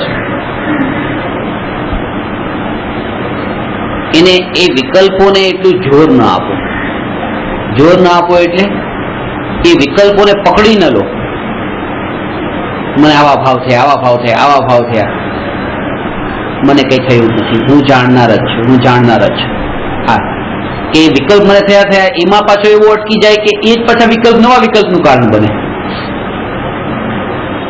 એક વિકલ્પમાં એક જ બહુ લાંબો ચાલે. એ વિકલ્પોને પકડી લીધા એને છે. એ વિકલ્પ તો છૂટી ગયા. હવે કોઈ વ્યક્તિ આપણા ઘરે આવે છે અને હવે બીજી વાર ન આવવું જોઈએ, ન આવવું જોઈએ તેના માટે શું કરવું? કઈ નહીં, તમે તમારું કામ કરો. તમે તમારું કામ બેઠા બેઠા કરે રાખો. એ આવે થોડી વાર બેઠા રહે, પછી જોશે તો એને ખબર પડશે કે આ તો કોઈ મને ભાવ પૂછતું નથી, બીજી વાર આવવા જેવું નથી. પણ ધ્યાન ગયું એના તરફ તો એને લાગશે કે આ ભાવ તો પૂછે છે, ચલો જવું જોઈએ. જે ભાવ આવે છે આવે જવા દો. પણ જવા દો એટલે આળસુ નહીં બની જાવ પાછા, જે તો થઈ રહ્યું છે અત્યારે. આપણે કોઈ ભાવ તો ધ્યાન નથી આપતા, જે આવે આવવા દો. આળસુમાં અને જાગૃતમાં આ અંતર છે. આળસુને તો કઈ ભાન જ નથી, અને જાગૃત એનું નામ કે આ વિકલ્પ આવતો હોય તો આવતા, પણ દ્રષ્ટિ પછી જાણવા પણ આવું પડશે કે હું આત્મા જાણનાર, હું આત્મા જાણનાર. એ જાગૃત. એ વિકલ્પની નથી પડી, પણ આ હું જે છું નથી એમાં જ નથી જતો, પણ જે છે એમાં તો પાછો છે જ. તે પાછો સારી જગ્યાએ જોઈ. શ્રદ્ધા અવ્યક્ત હોવાથી જ્ઞાનીનું અંતર જાણવું અજ્ઞાની માટે અસંભવ છે. આ જ્ઞાનીની ઓળખાણ અઘરી પડે. એ સાધુની ઓળખાણ જે આપણે અમુક કરી લઈએ કે ચલો પેલા તો ભાઈ સાધુ નગ્ન છે કે નહીં, પેલા ત્યાંથી જોઈ લીધું કે પગ કરી ગઈ છે કે નહીં એ જોયું. એક પેલા અને પરિગ્રહનો ઢગલો લઈને બેઠા હોય તો પેલા સાધુ નથી, આપણે ઓળખાણ કરી શકીએ. છઠ્ઠા સાતમા ગુણસ્થાન વર્તીની ઓળખાણ સહેલી છે, અને ભગવાનની ઓળખાણ નથી સહેલી છે કે આ ભગવાન છે. સહેલી છે કારણ કે એ તો કેવળ જ્ઞાનનો પ્રભાવ, આ સમોસરણ, આ અતિશય, એ તો બધું જ દેખાય કે આ ભગવાન છે.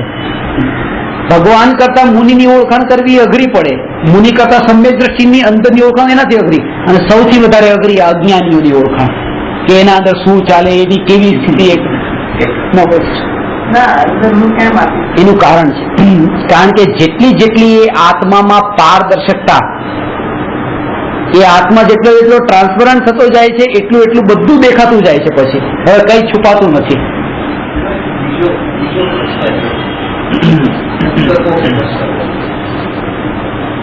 અજ્ઞાનીને ઓળખવા વાળો યા આમાં દ્રષ્ટિ નાખવા વાળો છે વૈજ્ઞાનિક છે, એટલે એને તો અજ્ઞાન જ દેખાય છે.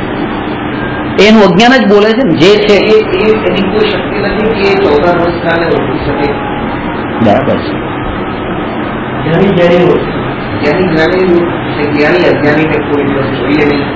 એમાં કઈ આગે અજ્ઞાની છે કે આમ છે એને તો એટલે આ ડેફિનેટલી આ બધી વસ્તુ છે આ અજ્ઞાનતાની. એને પણ એવી રીતે એટલા અજ્ઞાનીને જોવે તો અજ્ઞાની ઉપર પણ એટલું વાત્સલ્ય ને એવો અહોભાવ એટલો હોય કે આ પરમાત્મા છે, એની કોઈ પણ ભૂલ હોય ક્ષમ્ય હોય.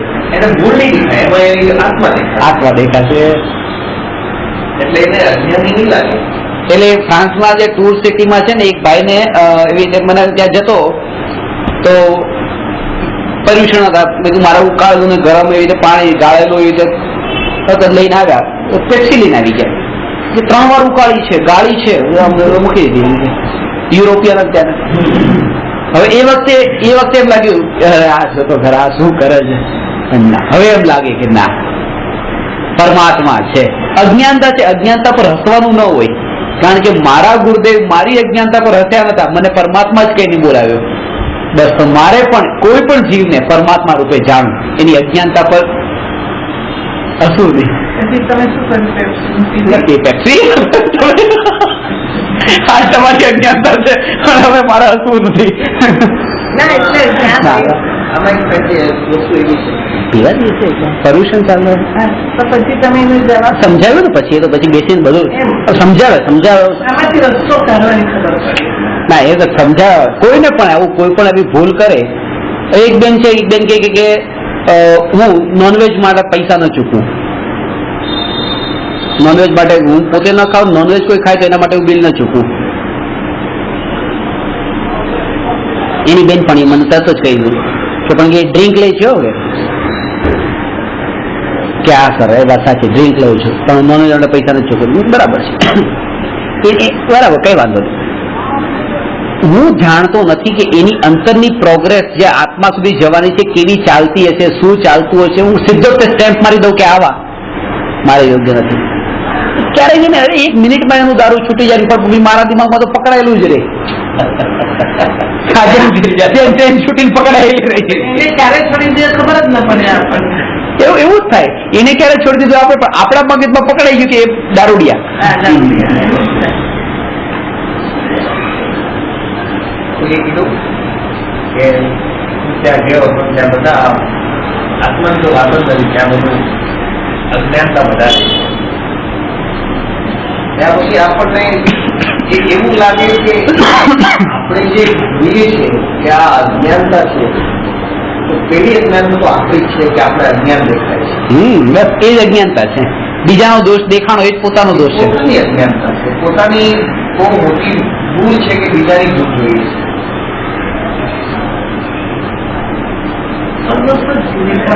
અને કેમ જોઈએ છે એમ, એવું શું કામ જોઈએ છે, શું કામ જોઈએ છે, એનું કારણ એ છે. આ રૂમમાં હું દાખલ થયો અને મેં આને જોયું, આને જોયું, આ જોયું, પણ આ જોયું જ નહીં, આ જોયું જ નહીં, આ જોયું જ નહીં, આ જોયું જ નહીં.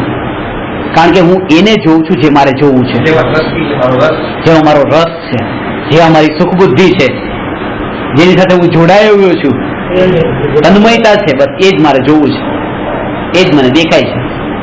એટલે અહીંયા પરમાત્મા છે અને આ માસનો કોથળો પણ છે. મને માસનો કોથળો દેખાય છે કારણ કે મને રસ એમાં છે, પરમાત્મામાં રસ નથી. અને જો હવે હું એમ કહેતો હોઉં કે મને ભગવાનના રસ છે, મંદિરમાં દેરાસર જાઉં છું, ભગવાનમાં બહુ પ્રીતિ છે, તો એ વાત ખોટી છે. જો હોત તો આ શરીર ન દેખે. પણ દુઃખની વાત તો એ છે કે આ શરીર અહીંયા નહીં, ત્યાં પરમાત્મામાં પણ શરીર જ દેખે છે, ત્યાં આત્મા નથી દેખતો. ત્યાં પણ શરીર જ દેખાય છે. ભગવાનનું કેટલું સુંદર રૂપ ને હસમુખ લાગે, હસમુખ લાગે છે અને સુખરૂપ લાગે છે. હસમુખ એટલે આમ કેટલું આનંદ, કેટલી સુંદર એટલે ગુજરાતીના ઘરમાં એક ઘરમાં એકાદો હસમુખ તો હોય જ. હસમુખ એટલે હસમુખ. અરે નામથી પેલો પછી મોટો થાય તો કઈક તો શીખે કે પપ્પાએ નામ રાખ્યું, લાવ થોડા હસમુખ થઈએ. પોતાની ભૂલ છે.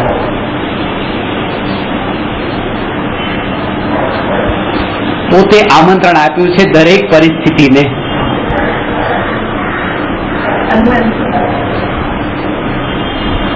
એક બેનની દીકરી છે, એની મમ્મીને બહુ હેરાન કરે, બહુ હેરાન કરે.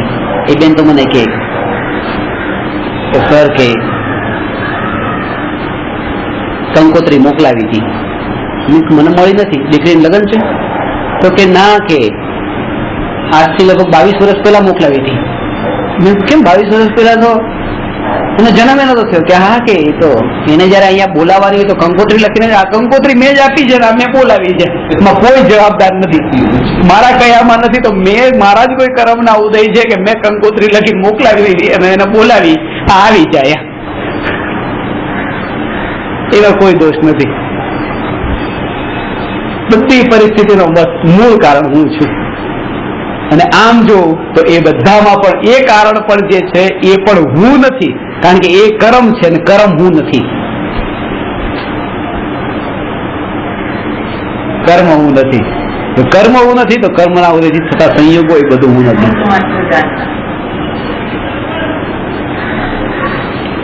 કે એમાં શું થાય કે એને પણ પકડી લઈને તો એને પકડી લેવામાં પાછો તો બસ મારે આ ન જોઈએ, મારે આ મારા કર્મના ઉદય એવા છે, કર્મના ઉદય એવા છે. તો કર્મને પકડ્યા ત્યાં પાછો કર્મ સાથે હજી બંધાયેલો જ રહ્યો, કર્મથી છૂટ્યો નહીં. મારા જ કર્મના ઉદય, મારા જ કર્મ. એને કર્મ વધારે યાદ આવે છે, ધર્મ ઓછું યાદ આવે છે. અને એટલા માટે જ તે આ વિકૃતિ એવી ફેલાઈ ગઈ કે મહારાજ સાહેબ પાસે છે ને ત્યાં કર્મ જ પેલા પૂછે છે, ધર્મ પછી પૂછે છે. સાતામાં એટલે સાતા અસાતા વેદનીના કર્મ હોય ને, બે કર્મના ભેદ છે. પેલા જ કર્મ શરૂઆત કરશે. કેવા કર્મ ઉદયમાં આવી રહ્યા છે અત્યારે, સાતાના કે અસાતાના? જગતનો નિયમ છે કે તમે જે દ્રષ્ટિ ઉપર તમે ખાલી શબ્દ બદલાઈ ગયો. અહીંયા કેમ છો, મજામાં? કેમ છો, સાતામાં? અહીંયા એ ઉદય પૂછે, ત્યાં ઉદય પૂછે, અને ફરક બે માં નથી પડતો. જે હોય મારે શું લાગે વળગે ખાસ વાત એ છે પાછી કે હું શું કરવાનો છું એમાં. અસતામાં હોય તો પણ શું કરે, કઈ નહીં, ખાલી આપણે ઠીક છે દુઃખ થઈ જાય. હાલ સુધી એક પણ મારા મેં નથી સાંભળ્યું કોઈ એમ બોલ્યા કે ના અસાતામાં છું. એકાદ વાર જો કહી દે અસાતામાં, પૂછતા બંધ થઈ જાય સાતામાં, કારણ કે પછી ખબર પડે કે પૂછવા જેવું નથી. મેં કહે કે પછી સેવા ચાકરી આવી જશે. આ જસ્ટ ફોર્માલિટી છે અને એમાંથી બહાર આવી જવાનું છે.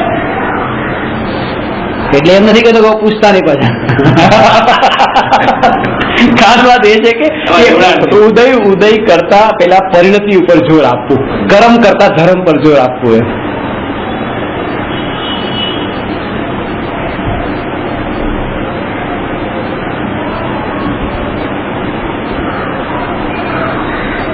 કારણ કે કર્મ પર ધ્યાન ગયું ત્યાં પોતે કર્મ સાથે નતો બંધાતો પણ તોય બંધાઈ ગયો. બે વસ્તુ છે, કર્મ છે ને આત્મા છે. અત્યારે બે બંધાયેલા છે. આત્મા કર્મ સાથે બંધાયેલો છે, કર્મ આત્મા સાથે બંધાયેલા છે. હકીકત શું છે? હકીકત એ છે કે આત્મા કર્મને બાંધ્યા, આત્મા એ કર્મને બાંધ્યા છે, કર્મ એ આત્માને બાંધ્યા જ નથી. આત્મા કર્મનો એટલે કૃપાળુદેવ એમ કીધું આત્મા કર્મનો કરતા છે, કર્મ આત્માનો કરતા છે નહીં. આત્મા મૂળ કારણ છે. એક વ્યક્તિનો મેં હાથ પકડી લીધો, એટલો ફિટ હાથ પકડ્યો કે હવે તું જા, ઓફિસ કેમ જાય છે હું જોઉં. 2 કલાક સુધી હાથ પકડીને રાખ્યો, મેં એને બાંધી દીધો. 2 કલાક સુધી ગયો નહીં, એને બાંધવામાં હું પોતે બંધાઈ ગયો, કારણ કે 2 કલાક સુધી હું ઓફિસે ન ગયો. જે બંધાયેલો છે તો બંધાયેલો છે, પણ બાંધનારો પણ બંધાઈ ગયો છે. કર્મ તો બંધાયેલા છે જ તે, પણ કર્મને બાંધનારો આત્મા પણ બંધાયેલો છે. ત્યાં એક વાત છે કે એ વ્યક્તિ જેનો હાથ મેં પકડ્યો છે એ ગમે એટલી કોશિશ કરે તો ઓફિસે નહીં જઈ શકે. હું અત્યારે અહીં છું તો છોડીને જતો રહું કે મેં એને બાંધ્યો છે. કર્મ ગમે એ કરે, કર્મ નહીં છૂટી શકે, એ રહેશે. આત્મા એને બાંધ્યા છે, આત્મા એને છોડી શકે છે. એનાથી સિદ્ધ થાય, કારણ કે પુરુષાર્થ સિદ્ધ થયો એટલા માટે આત્મા એ છોડી શકે છે. છોડે તો સિદ્ધ પરમાત્મા. હા, છોડે તો સિદ્ધ પરમાત્મા છે.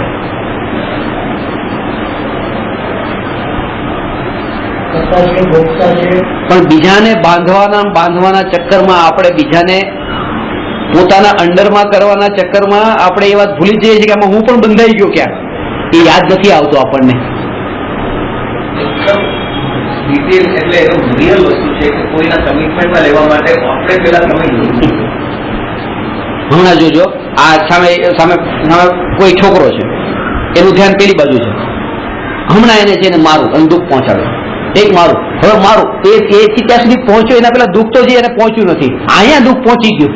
આમ મારું મારું એ ભાવથી બીજાને દુઃખી કરનાર પેલા પોતે દુઃખી થાય છે, પણ એનું પોતાનું દુઃખ જે છે ને એને દેખાતું જ નથી, ધ્યાનમાં નથી. અને એનું દુઃખ દેખાય છે. ઓફિસ જઈને એને પેલે સાંભળવો છે અને બે ચાર શબ્દો કેવા છે. એ ઓફિસ જશે 3 વાગે અને અહીંયા 10 વાગે ચાલુ છે. અને ત્યાં જાય છે બોલો કે આજ રજા ઉપર છે, પતી ગયું. તો પછી કાલ સુધી લાંબુ ચાલશે. અઠવાડિયું ના આવે. અને કાપથી બંધન થઈ ગયા. પેલા સમાચાર મળ્યા તો પરમાનન્ટ જતો રહ્યો હોય ને આખી જિંદગી આખી આ બીજા પ્લાનિંગ કરે, એક વાર જીવનમાં મળી જાય પછી એને સંભળાવવું. એટલે કેટલું દુઃખ. આ ધારણાઓ બાંધેલી જે છે ને, ધારણાઓ એ બિલકુલ ફ્રી હેન્ડ, બસ બધું છૂટા રહેવાનું. સામે આપણે ક્યારે બસ જોશું, કારણ કે એ જ મારો સ્વભાવ છે, જોવાનો. તમારો સ્વભાવ?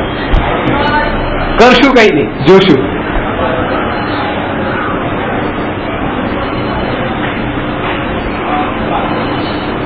સામે આ વસ્તુ તારે જોશું એમાંથી મેં છે ને શ્રદ્ધા અવ્યક્ત હોવાથી જ્ઞાનીનું અંતર જાણવું અજ્ઞાની માટે અસંભવ છે.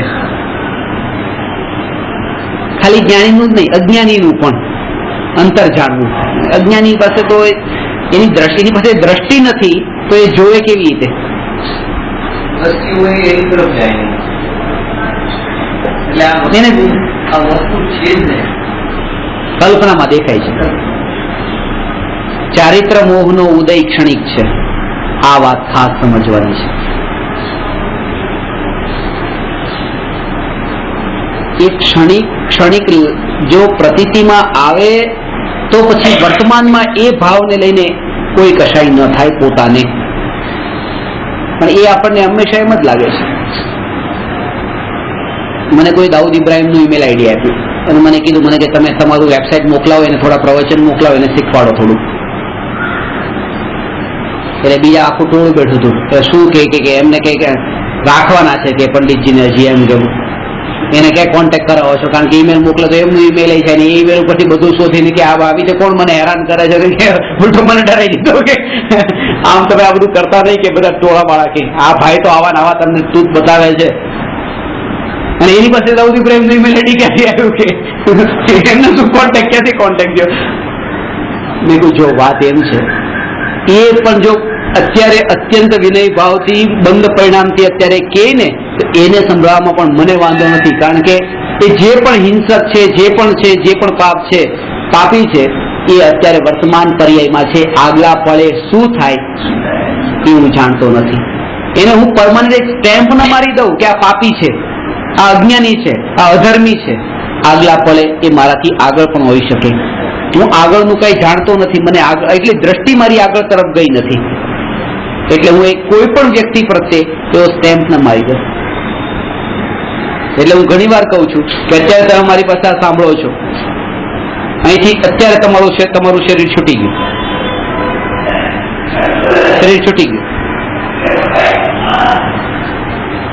મહાવિદ્ય ક્ષેત્રમાં જન્મ થયો, 9મા વર્ષે કેવળી થયા, સમ્યક દર્શન પામ્યા, મુનિ થયા, 9મા વર્ષે કેવળ જ્ઞાન પામ્યા મહાવિદ્ય ક્ષેત્રમાં.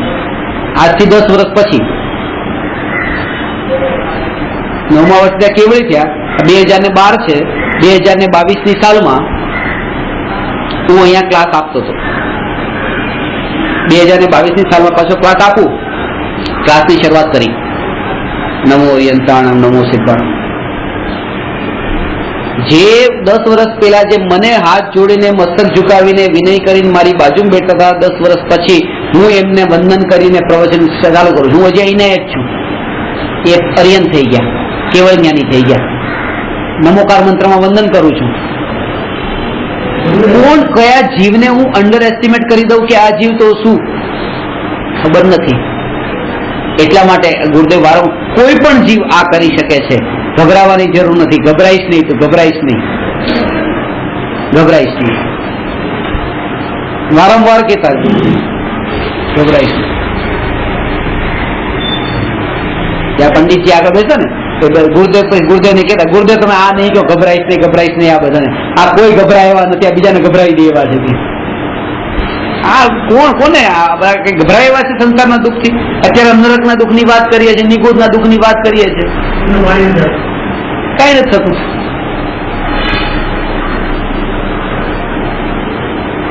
એ સ્પર્શના એ ઝટકો,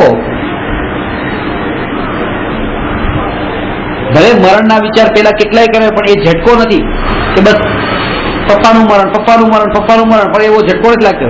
પણ જેવું સામે જોઈએ ને એ જે ખબર પડે, એ સીધું સ્પર્શે છે અંદર, એ સ્પર્શે છે. એવી રીતે આત્મા સાંભળ્યું પણ સ્પર્શતું નથી. કે પ્રત્યક્ષ જયારે થાય ને ત્યારે સ્પર્શના થાય છે, એમાં ભાવ ભાષણ થાય છે, આત્માનું ભાવ ભાષણ થાય છે. અનુભવ થાય. પેલા અનુમાન હતું, આત્મા આવો હોય, આત્મા આવો હોય, આત્મા આવો હોય.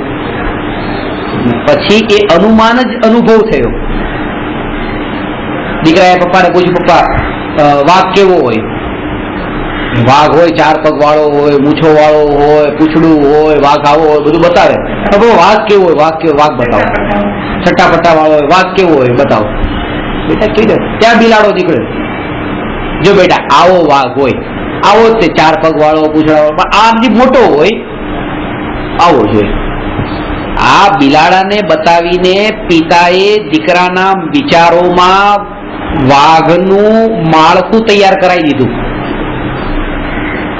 ગુરુ આટલું કામ કરી શકે. આત્મા કેવો હોય? આત્મા આવો હોય, જાણવા વાળો હોય, દેખવા વાળો હોય, મળવા વાળો ન હોય, પરમાં ભળવા વાળો ન હોય, એ કપાતો ન હોય, બળતો ન હોય, પલળતો ન હોય, સુકાતો ન હોય, એ બધું બતાવી દે. પણ તો હજી આત્મા જોયો નથી શિષ્ય, જેમ બાળકે હજી વાઘને જોયો નથી. એકવાર એવું થયું, પ્રાણી સંગ્રહાલયમાં પપ્પા ગયા દીકરાને લઈને, દીકરાએ પછી પપ્પા જો વાઘ. ઓળખાણ કોને કરી? દીકરાએ જ કરી, પપ્પાએ કીધું નથી વાઘ. એવી રીતે જયારે આત્માની ઓળખાણ થાય છે ત્યારે એ શિષ્યને પોતાને થઈ જાય છે કે આ આત્મા. અને એ પછી ગુરુને કહે છે જો આવો આત્મા. ગુરુ સ્ટેમ્પ મારી દે કે હા આવો આત્મા. ત્યાં પપ્પાએ કીધું આ બેટા જો આ વાઘ કહેવાય, હવે સ્ટેમ્પ લાગી ગયો. પણ પેલા અનુમાન કરાવ્યું હતું, એ અનુમાનથી દીકરાને અનુભવ થયો, અને અનુભવથી પછી પપ્પા થકી સ્ટેમ્પ લાગ્યો. એવી રીતે ગુરુના ઉપદેશથી પેલા આત્માનું અનુમાન થાય, અનુમાનથી પછી પોતાના પુરુષાર્થના બળથી પોતે જ નિર્ણય કરીને કે આ જ આત્મા છે એવો અનુભવ થાય, અને પછી ગુરુ એના પર સ્ટેમ્પ મારી દે, વધારે પરફેક્ટ વેલિડ થઈ ગયું. એટલે નિર્ણયમાં એને વિશ્વાસ આવે કે ગુરુ કહેતા હતા તે જ છે.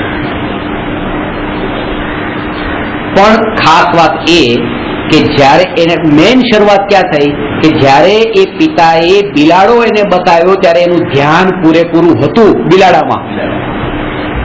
જે અનુમાન કરાવતા હતા, અનુમાન વખતે તો પૂરો ધ્યાનની એકાગ્રતા હતી ને. અહીં આત્માનું સ્વરૂપ ક્લાસમાં બતાવતા હોય તો ત્યારે વિચાર બહારના ચાલતા હોય, ઘરના ચાલતા હોય, ઘરે ગયા પછી હમણાં આ કામ કરવાનું છે, આ કામ કરવાનું છે. આમાં આત્મા ક્યાં સમજાય? આત્માનું અનુમાન પણ બરાબર ન થાય, અનુભવ તો પછીની વાત છે.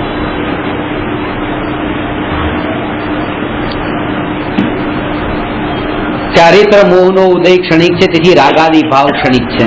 કોઈ પણ જીવને રાગ થયો એ રાગ રહેવાનું નથી ટકીને. ક્ષણિકના વિકલ્પ કરીને જ્ઞાની સ્વભાવ દ્રષ્ટિ છોડતા નથી. રાગાદી ભાવ જ્ઞાનીનો વ્યવહાર છે, અજ્ઞાની હેય છે, વ્યવહાર હેય છે, તેથી રાગાદી ભાવ હેય છે. જેટલા અંશે ચારિત્ર ગુણની પર્યાયમાં અશુદ્ધતા હોય છે તેટલા અંશે કર્મધારા જાણે છે, જેટલા અંશે શુદ્ધતા હોય છે તેટલા અંશે જ્ઞાનધારા જાણે છે. શુદ્ધતા એ જ્ઞાનધારા, અશુદ્ધતા બધી કર્મધારા. જેટલા જેટલા પૂર્વે કરેલા કર્મના ઉદયથી ભાવ થાય છે આ બધી ઉદયધારા છે.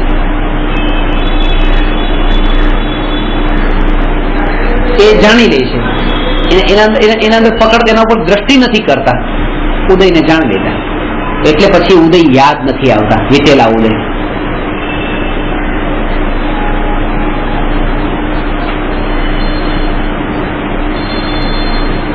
વચનામૃતમાં 338 નંબરનો પત્ર છે શ્રીમદ રાજચંદ્રજી. એમાં કીધું છે જેમ જેમ અંદરની દશા નિર્મળ થતી જાય એમ એમ બહારની પ્રવૃત્તિના જે બધા પ્રસંગો છે ને એવી ઉપાધિઓ બહારમાં વધવા લાગે.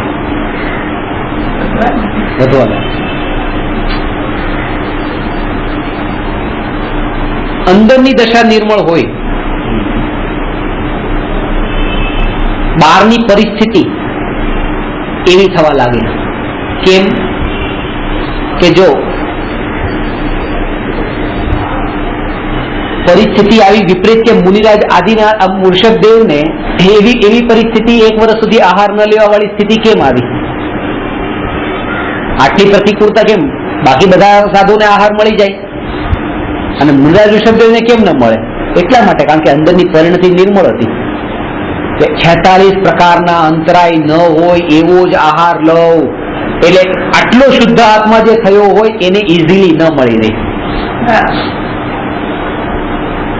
હવે જેને અંતરમાં મચ્છર એના શરીર ઉપર વધારે કરડે, જેને શરીરના અંદર ધ્યાન નથી, શરીર ઉપર જ જેનું ધ્યાન હોય એનામાં આપણે મચ્છર કરડતા જ નથી. એટલે અંતરની પરિણતિ જેમ જેમ નિર્મળ થતી જાય એમ બહારની જે સ્થિતિ છે એ આકરી થતી જાય. અત્યારે પગમાં દુખાવો એટલો થતો નથી, પણ પછી બેઠા બેઠા ધ્યાનમાં બેઠા ધ્યાન જ ન જાય તો ત્યાં સ્થિતિ એવી આવે. અને આવું થાય તો પણ એનો ખેદ ન કરવો, એમ સમજવું કે આ જ અંતર પરિણતિની નિર્મળતાની નિશાની છે. આપણે કે બહાર જઈએ, બહાર તમે ખાવાની બહુ તકલીફ પડે. ખાવાની તકલીફ કેમ પડે છે? આપણે અધર્મ કરીએ છીએ એટલે તકલીફ પડે છે કે ધર્મ કરીએ છીએ એટલે તકલીફ પડે છે? એ પ્રતિકૂળતા જે ખાસ વાત એ કે ઉપાધિઓ જે બહારની આવે છે, ઉપાધિ એટલે આવે કારણ કે એટલો આત્મા નિર્મળ થયો છે. અને જેને જેટલા વધારે નિયમ સંયમ એટલું પાળતા હોય એને તો હજી વધારે પ્રતિકૂળતાઓ આવવાની છે. જો એ માનતા નથી એ બધું અલગ ફેક્ટર છે, પણ સ્થિતિ આવી ઊભી થાય. જેટલી પરિણતિ નિર્મળ થાય તો વાઘે ખાઈ જાય, સિંહે ખાઈ જાય. આવું કેમ થાય છે? એ પરિણતિની નિર્મળતાની નિશાની છે. હા, જતા રહે તો પછી એને આવી ઉપાધિ આવતી નથી. એટલે જેમ જેમ અંદરની પરિણતિ નિર્મળ થાય છે એમ બહારની ઉપાધિ વધતી જાય. તો ગભરાવું નહીં કે અરે કાલ ધર્મ નતા કરતા શાંતિ, ત્યાં ધર્મ કરીને વધારે ઉપાધિ આવી. ગભરાવું નહીં, એમ સમજવું કે આ એક અંતર પરિણતિની નિર્મળતાની નિશાની છે. અને હજુ આગળ મારે જવાનું છે. આજે આ પકડમાં આવી જાય છે એ પણ પકડમાં ન આવી જોઈએ કે આ ઉપાધિ છે. ધ્યાન પણ ત્યાં ન જાય.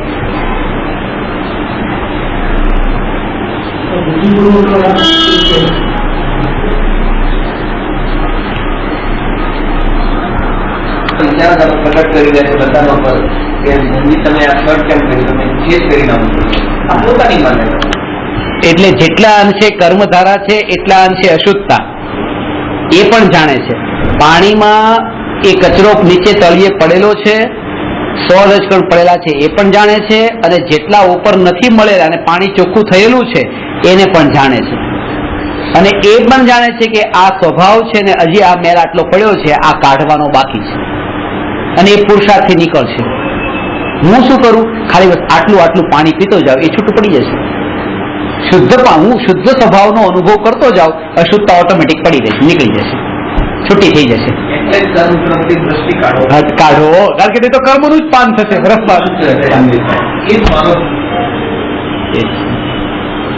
તમે શુદ્ધ તરફ દ્રષ્ટિ નાખો તો શુદ્ધતા વધશે.